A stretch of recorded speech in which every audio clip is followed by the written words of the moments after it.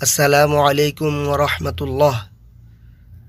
আজকের সফরে আমরা এসেছি প্রিয় দর্শক, পবিত্র মদিনা শরীফের মিকাত ঐতিহাসিক জুল হুলাইফা মসজিদে, যার অপর নাম বীরে আলী অথবা আবিয়ারে আলী।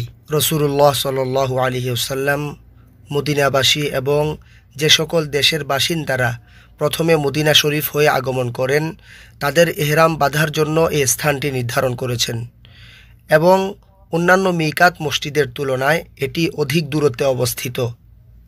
পবিত্র মদিনা শরীফ থেকে দক্ষিণে বীরে আলী 11 কিলোমিটার দূরে অবস্থিত, আর পবিত্র মক্কা নগরী থেকে উত্তর দিকে বীরে আলীর অবস্থান প্রায় 428 কিলোমিটার দূরে। রোড টু হিজাজ, ঐতিহ্যের সন্ধানে। দর্শক, আপনারা অনেকেই জানতে চেয়েছেন মিকাত কাকে বলে। মিকাতের আবিধানিক অর্থ হচ্ছে নির্দিষ্ট কাল অথবা নির্দিষ্ট স্থান। ইসলামের পরিভাষায় ইহরাম বাঁধার নির্দিষ্ট কাল এবং নির্দিষ্ট স্থানকে মিকাত বলা হয়। আর মিকাত প্রধানত দুই প্রকার: কালবাচক মিকাত এবং স্থানবাচক মিকাত। কালবাচক মিকাত হচ্ছে হজের নির্দিষ্ট মাসসমূহ, অর্থাৎ শাওয়াল, জিলকদ এবং জিলহজ মাসের প্রথম 10 দিন। আর স্থানবাচক মিকাত হচ্ছে যে সকল স্থান থেকে ইহরাম পরিধান করা বা ইহরাম বাঁধা ওয়াজিব। দর্শক মণ্ডলী, আলোচনার ফাঁকে আমরা ইতিমধ্যে জুল হুলাইফা মসজিদের দেয়ালের ভিতরে প্রবেশ করেছি। ইনশাআল্লাহ একটু সামনে অগ্রসর হয়ে হাতের ডানে আমরা অজুখানা এবং গোসলখানা পেয়ে যাব। এটি হচ্ছে পুরুষদের গোসলখানা এবং দূরে এটি হচ্ছে মহিলাদের গোসলখানা।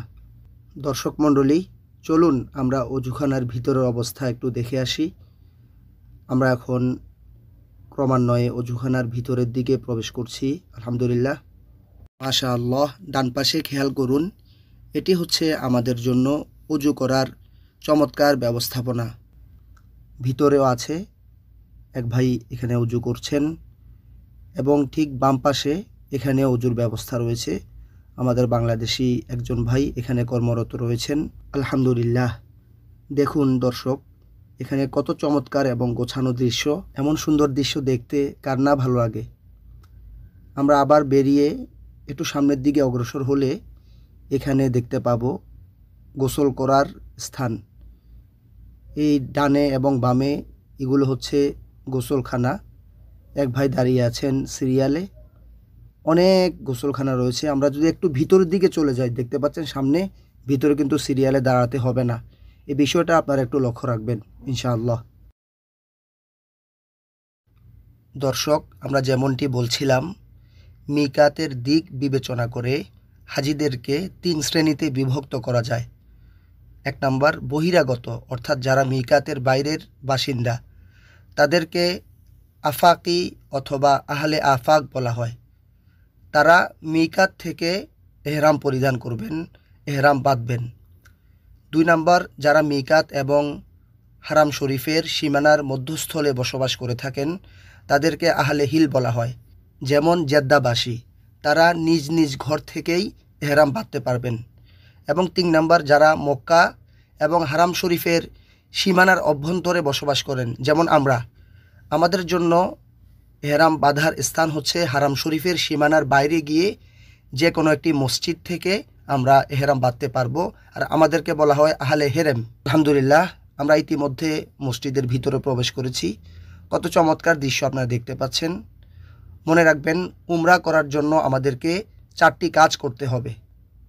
1 নম্বর ইহরাম বাঁধা, 2 নম্বর তাওয়াফ করা, 3 নম্বর সাফা এবং মারওয়া সাই করা, 4 নম্বর মাথা মুন্ডন করা অথবা চুল ছোট করা। মনে রাখতে হবে, চুল ছোট করার ক্ষেত্রে একদম মাথার চারপাশ দিয়ে চুল সমপরিমাণ ছোট করতে হবে। আমরা প্রবাসীরা এক্ষেত্রে একটা ভুল করে থাকি, আমরা অল্প অল্প করে চুল কাটি, 3 দিক থেকে একটু একটু করে কাটি। এটা কিন্তু হবে না এবং এভাবে চুল কাটলে উমরার ওয়াজিব আদায় হবে না। আমরা যারা প্রবাসী ভাইয়েরা আছি এ ব্যাপারে লক্ষ্য রাখব। সামান্য একটু ভুলের কারণে যাতে আমাদের উমরা নষ্ট না হয়, উমরার সওয়াব থেকে আমরা বঞ্চিত না হই। দর্শক, আজকের এই ভিডিওটি যদি আপনাদের ভালো লাগে তবে বন্ধুদের সাথে অবশ্যই শেয়ার করবেন, চ্যানেলটি সাবস্ক্রাইব করে আমাদের পাশেই থাকবেন। আসসালামু আলাইকুম ওয়া রাহমাতুল্লাহ।